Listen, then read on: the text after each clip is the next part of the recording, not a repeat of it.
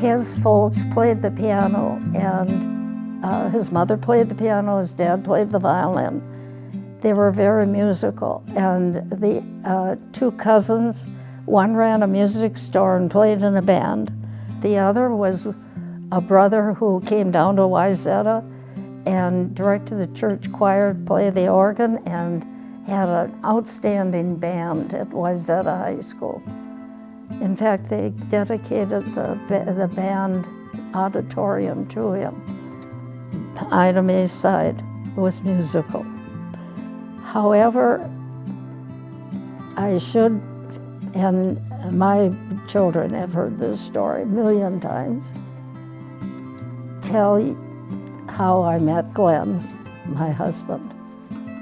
He was from Superior, Wisconsin. I was Presbyterian, grew up in the Presbyterian church. We had a Bible camp every summer, and I started when I was, I think, 12 years old at this Bible camp in Millen, Wisconsin. Now, I went that first year, and we were playing softball, and this skinny kid came along, shorter than I was. I grew my height that I am now, or was then, and never changed just since the 6th grade. But anyway, this skinny kid came along and wanted to know if he could play. And I thought, man, what could he do? So he went out into center field. And that kid was Glen Reed, the guy I married later on. Met him again at the university during freshman week at a dance, a freshman dance. He was from Superior, I was from Ironwood, Michigan. And I heard someone call my name on the dance floor. And I turned around, and here's this 6'5" guy who had been the skinny little kid in Bible camp. And it was Glen. We dated off and on. He belonged to a fraternity, and I was in what they call pre-nursing. I belonged to a sorority, so we saw each other on campus a lot and dated. And it got to, he was more serious than I was. I knew I had 5 years of college. In those days, every university man had to serve in the service for 2 years once they graduated. Everybody did. So he picked the Navy, and he was in Navy ROTC, which means when he graduated after 4 years of college, he would serve 2 years in the Navy. And that every young man had to do that. I was busy with my courses, and I knew once I started in the School of Nursing, it was all year round, full time.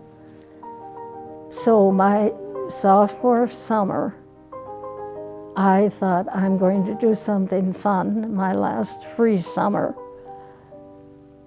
And I joined a group of gals, and we drove out to Lake Tahoe, where I was going to do waitress work at a resort. And Glen was not happy about that.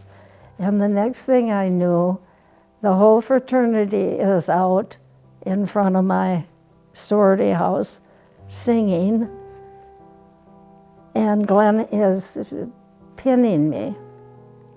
Now that means he had a pin from the fraternity, a sweetheart pin, and he gave it to me.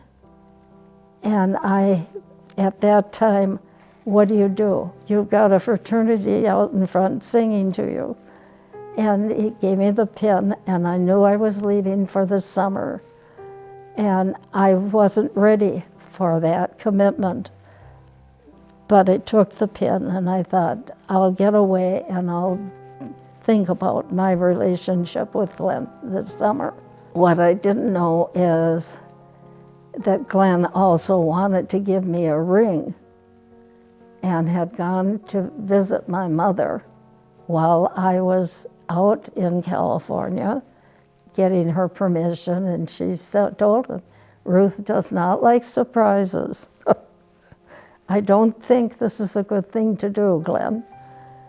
Because I hadn't talked to Mother, and pinning was, in those days, was kind of like, will you be my girl? Okay. At least that's how I felt about it. I came back from serving breakfast, reading a letter from Glen that I just picked up at the post place, and I heard my name, and I was a bridge that connected to where we were living, the waitresses from college. There was Glen standing below.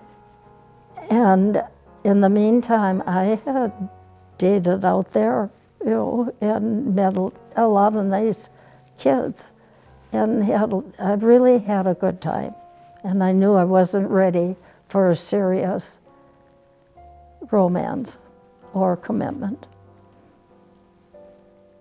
But he's here, and he takes me out to this outdoor church that I'd written to him about. They had a church in the woods, the big redwoods. It was a beautiful, open church every Sunday in the woods, and right out in nature. And I can still see it. And he sat down and gave me the ring. And it was his mother's engagement ring that she had given to Glen to give to me. And I cried. And he said, oh, I'm glad you're so happy you cried. I'm crying because now what do I do? I've got Glen in California. I wanted to be here so I could figure out what to do with the rest of my life. Anyway, it lasted about 2 days. We were out swimming in Lake Tahoe, and I took the ring off and gave it to him, and I said, I'm not ready for this. Well, he wasn't happy, and he stayed around for about 2 days and then went back to Minnesota. Of course, my sorority friends I was with weren't happy with me because they all liked Glen. So I was not too popular when I got back to Minnesota because I had dumped Glen. And everybody took Glen's side, but I knew I had 3 more years of real hard studying ahead of me, which was true, I did, because it was 3 years of working in the hospital besides going to school. And you had 1 weekend off every 6 weeks. I worked through Christmas and New Year's at the hospital all the time. I was a student. I did get, in the meantime, Glen was at the U playing basketball. So he was busy with his basketball schedule. And we would bump into each other on campus. And I dated other fellows and a couple interns, and I just knew that I would not want to be involved in a real steady relationship. Anyway, the last year, one of the girls in my sorority had an engagement party, and they all went to Chanhassen Theater Club for a show, and I had to have a date, and it was over Christmas holiday. The fellow I had been dating was home celebrating Christmas, Glenn was at the U, and I knew he was. So I thought, well, maybe by now we can be friends. So I called him and asked him if he would be my escort to this engagement party, a dinner party. And that's what started our second round of a relationship. And this time we took it slowly, got to know each other all over again, and made a lot of people happy that we were back together. And that kind of bothered me, that they took sides. But anyway, that was a good choice on my part, it turned out. By the end of the year, the end of the school year, and of course, see, I was still in nursing because I had another year left. I went to Glenn's graduation, and at his graduation, he gave me a ring again. So that made everybody happy. We'd finally had agreed that, yep, we were meant to be together, I guess. So at that point, I knew he was going into the Navy, and I still had another year left. However, he was transferred over into California, and he was in officers training there, assigned to a ship, which went out to sea every week and for routine, I suppose, training of some sort. Then he was transferred to an aircraft carrier, a big ship on Coronado Island in California. And he said, there's a chance I'm going overseas. And he said, can we be married before I go overseas? I don't think he wanted to leave. He didn't trust me, maybe, I don't know, but I said I would wait. You know, I've still got school. And he said, well, if we could just be married, then I can go overseas and know I'm coming home to you. And I agreed. So we were married in September of '54. So he got leave from the Navy and came up, and we were married on a Tuesday. We had to be married at, and we couldn't have the wedding we really wanted with all our friends around because it was on a Tuesday. It worked out okay, and we had like 5-day honeymoon, and he had to be back on the ship, and I had to be back at nursing. Then he went to California, and I finished college. So we were married, but I'm still in college, and he's on a ship in California. I graduated a married woman in March of '55 from nursing. When I graduated, he drove home, and we piled everything in a 50 Ford, 2-door 50 Ford. All our wedding gifts and things that we need to live out in California. I took my state boards, but I didn't know if, I hadn't gotten word that I had passed them. But I knew I had to find a job in California because he went to sea every week. I would drive him, I just saw him on weekends. And I'd drive him out to Coronado Island and say goodbye on the ship. Goodbye, Glen.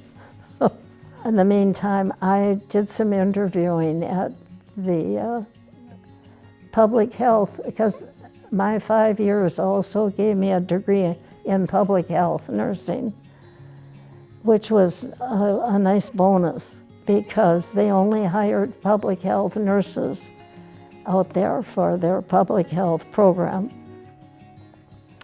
And I interviewed, And I said, but I have not gotten my state board reports back yet.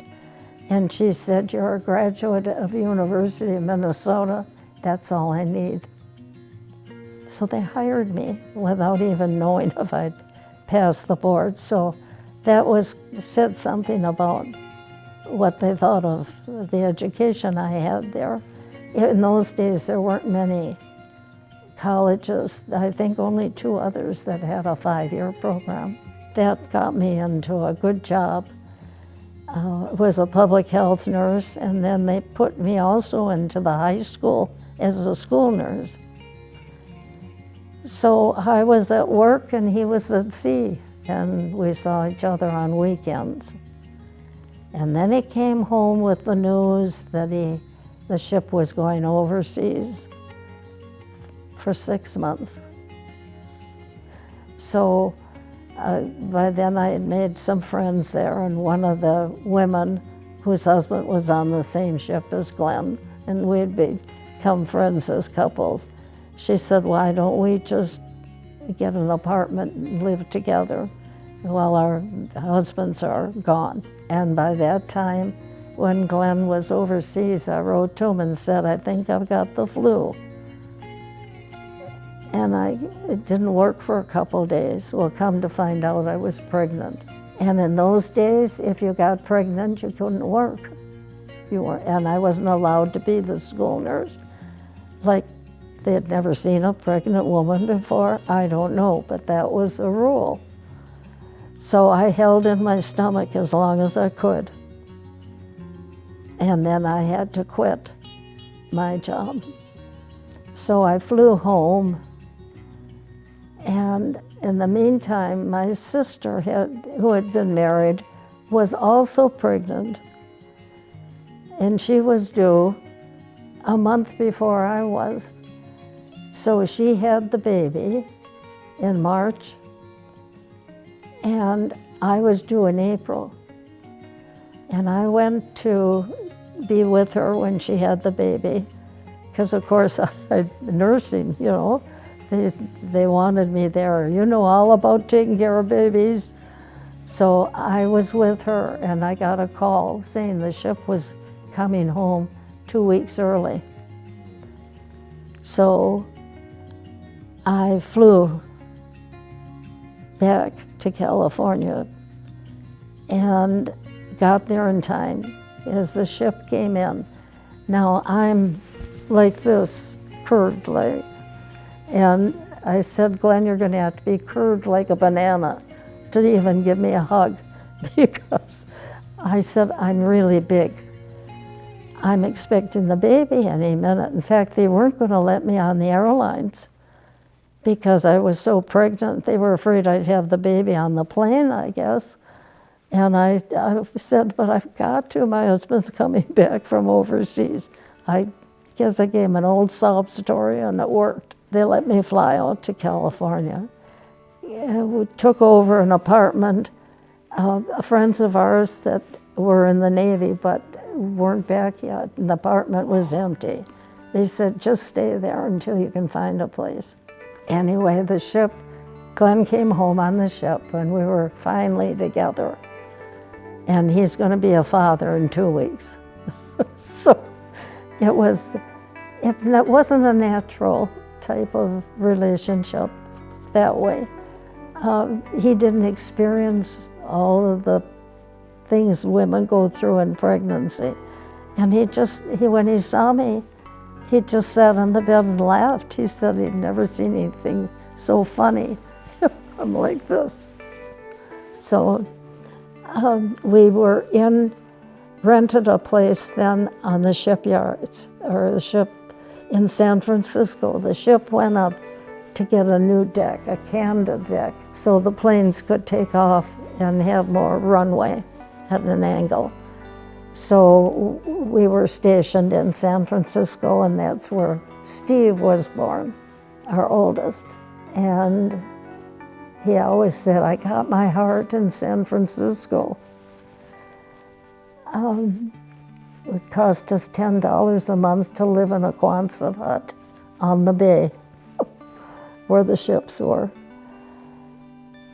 another experience. And then, of course, he was discharged within a month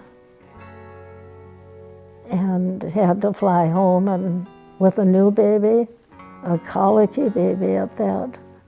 Steve was very colicky. So we lived at the cottage at the lake, Echo Lake. And to this day, I can still see Glen taking the diaper pail down, washing the diapers in the lake, which is, of course, so illegal right now when you think about it. We were in Mother's the old cabin. So that's how we started married life, really. That was the only place we had. He had been in the Navy, you know, for 2 years. And I had been in nursing. I was just floating around until the ship got in. So that's how we started looking for a job. Glen, he did have a summer job with the park and rec department in Golden Valley, which helped because he was only hired at the U for 9 months. It was his first job. He was hired by his former coach that he played for at the U. And he heard that Glen was back in town, and his assistant coach had just left. In those days, there were 2 coaches. Now you can't count all the coaches on the floor. Halftime and timeouts, but 2 used to handle it. Freshmen weren't allowed to play on the varsity in those days, so Glen coached the freshman team.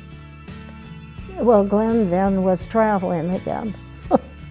You know, he did a lot of the recruiting, almost all the recruiting, because he was young.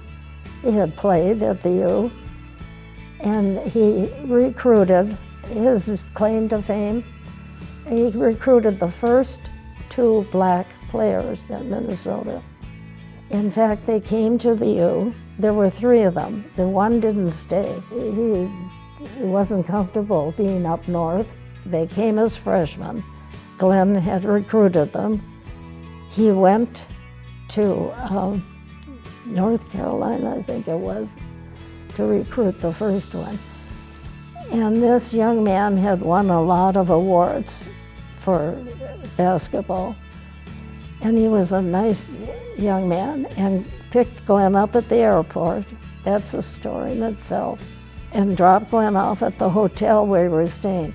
Glen was invited by the high school to come and speak at their basketball luncheon or dinner at the end of the season. He got out of the car and he said, "Come in and I'll treat you to something cool to drink." And he said, "No, sir, I can't come in."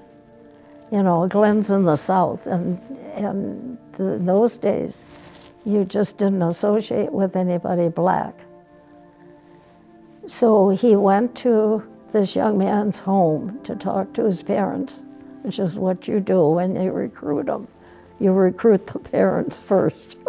And then, anyway,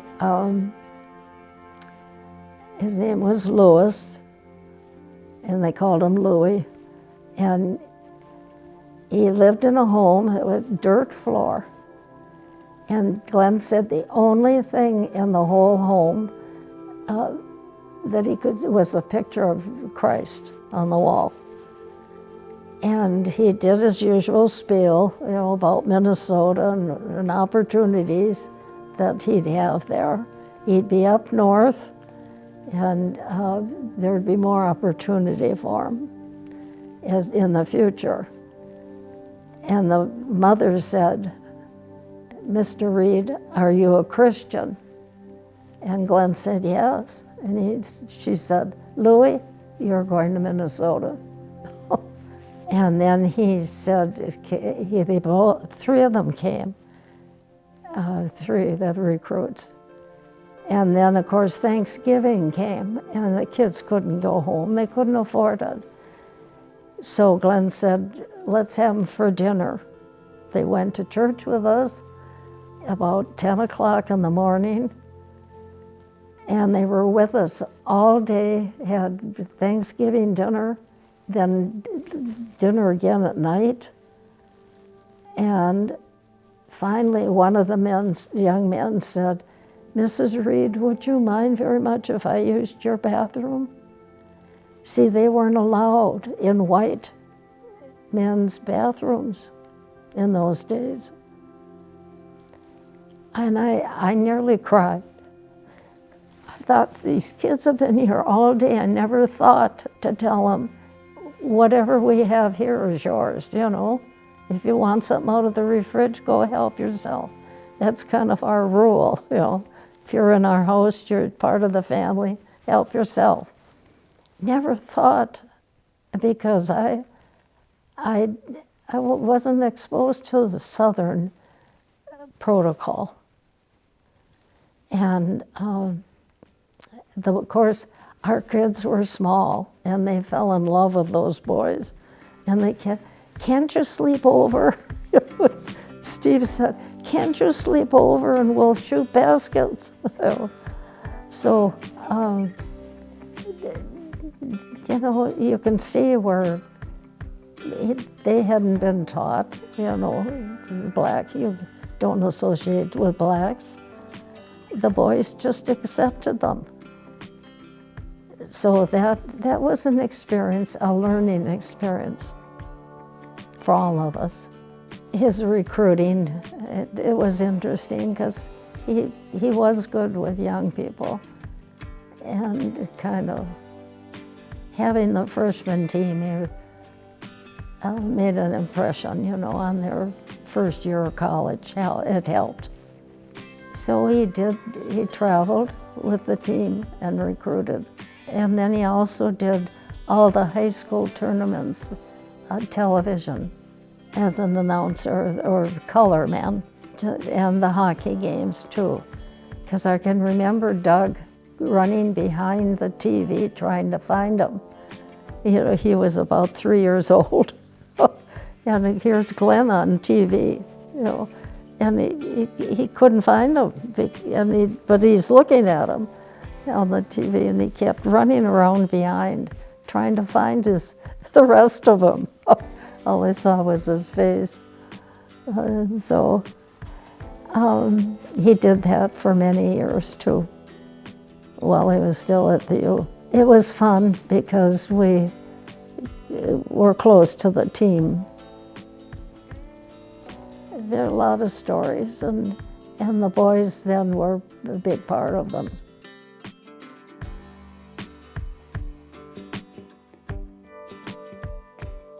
Lived in a neighborhood with wonderful neighbors.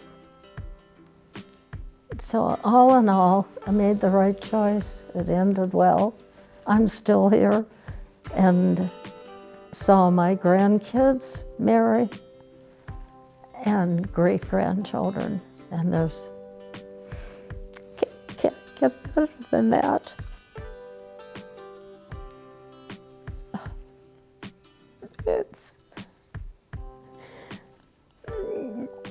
I have real happy, loving life.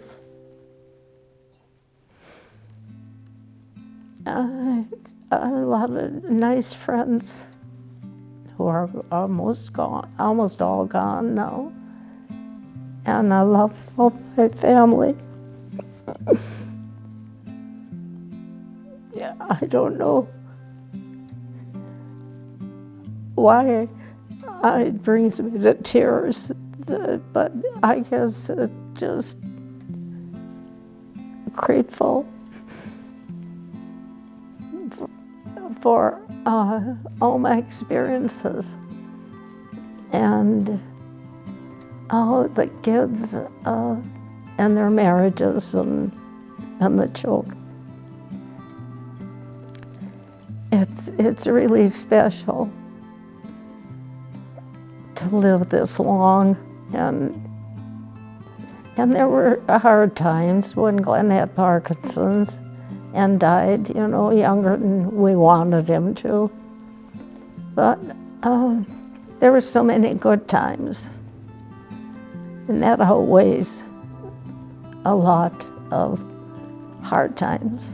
Yes, there are a lot of closeness in the family and a lot of love.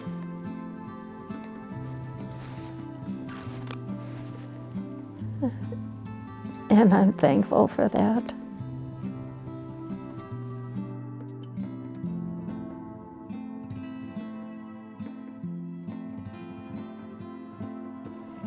I know I've skimmed over things that probably were fun and funny. You know, my childhood was free. I feel sad that my great-grandchildren are growing up in the world they're growing up in. And yet, I just feel we've always survived, and we will. I mean, hopefully they will, and they'll maybe change it, which is my hope. They've got the stuff to do it. They got good parents. So, I'm not going to say the end because it's not. It's not the end ever.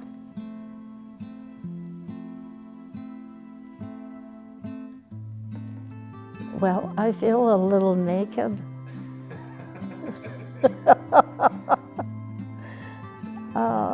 Like I've just been to a psychiatrist.